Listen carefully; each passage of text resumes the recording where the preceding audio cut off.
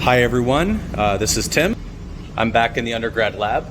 So safety, okay. And we're gonna start getting our materials ready for our lab modules 2 and 3. So what I have here are two different metals. We'll talk about them in turn. So this is an aluminum copper alloy that we're gonna use for lab module 2. This is a steel piece. So I bought these in 3-foot bars from McMaster-Carr. And you can tell the difference by looking at them. So the brighter one is the aluminum, the darker one is the steel. Physically, there's a big difference as well. So the aluminum is really light, the steel is relatively heavy and clunky, okay? Now, this is something we can't necessarily work with, so what we had to do was cut this up with a bandsaw. And what I did is I made 3 different pieces, since we're gonna have 3 different samples of the aluminum alloy.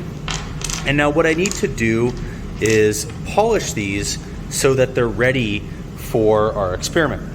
So what we're going to need is a nice flat surface that we can indent on and do that hardness indentations.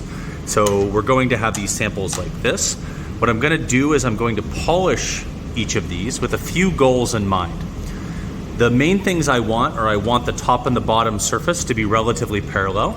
I don't want a sloped or a surface that's tilted with respect to how I'm gonna come in and poke at these with the nano indenter. I also want a nice smooth surface. So I'm indenting on this surface and looking at how I damage it. So if I have scratches on that, I'm not gonna be able to see how that indenter damages it. But if it's nicely polished, I can see those little impressions. So I'm gonna go and polish this to change the shape, get a nice surface on the top. One thing you'll also notice, this is a square cross section. I'm gonna polish these sides at an angle too, so that they're not sharp anymore. And that's gonna help me get a better, nice polished surface on the top. All right, I'm over at the polishing station. I just wanna show you the general idea. I have one of those pieces of aluminum. On this is a piece of sandpaper. When we're going to go from relatively rough grit to relatively low grit, and that's gonna give us smaller and smaller scratches on the surface until eventually we get a nice clean surface.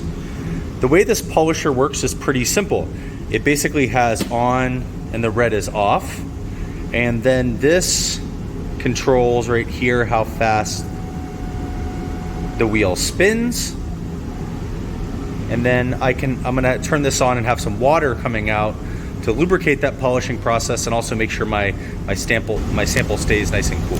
All right, everyone, I'm part of the way through. I'm gonna compare one of the samples that I've started to polish versus one that I haven't. I'll take some better pictures as well and put them in our PowerPoint slides. So this one on the right, I polished the edges so that they're not sharp, and I've polished that surface. So you can see some of those scratches on the surface, but they're very in a controlled way. This just has some gouges from the bandsaw, okay? So this very rough polishing step. So right now I have 2 out of 3 done. I'm gonna finish this one up. I'm doing this with our polishing wheel. We're running at about 250 rotations per minute, and I'm using a very coarse sandpaper. So the way the sandpaper numbers work is shown here on this variety pack here.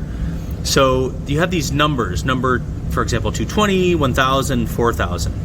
The lower the number, the higher the number, so the bigger the number gets, the finer and finer the sandpaper is. So this top one is very coarse, this bottom one is very, very fine and will give us a beautiful surface. In fact, this one I'm working with on this polishing wheel right now is actually 120 grit, so it's even coarser. And if you touch this, or you can hear the sound of my finger going across it, it's very, very rough and will take away material very fast, okay? So I'm gonna finish this 3rd sample up, rough polishing, and I'll start to do some finer and finer polishing so that we can see our steps progressively. All right, we're getting near the end. So this one on the left has been polished very well. It has a mirror finish to my eye. You can even see some other things as I tilt it in the lab. And just for comparison, this is a sample that is 1 step behind in the polishing, so you can see some scratches still on the surface. What's kind of cool, I just wanted to show you something real quick. This one that I just well polished, if I stop and look at the polishing papers, I can see right in that area where I was holding it, I'm getting all this stuff that looks like dirt, okay? That's little pieces of metal off of the sample. I'm putting water on there to lubricate that process, but that's just showing us that physically something is changing about the material.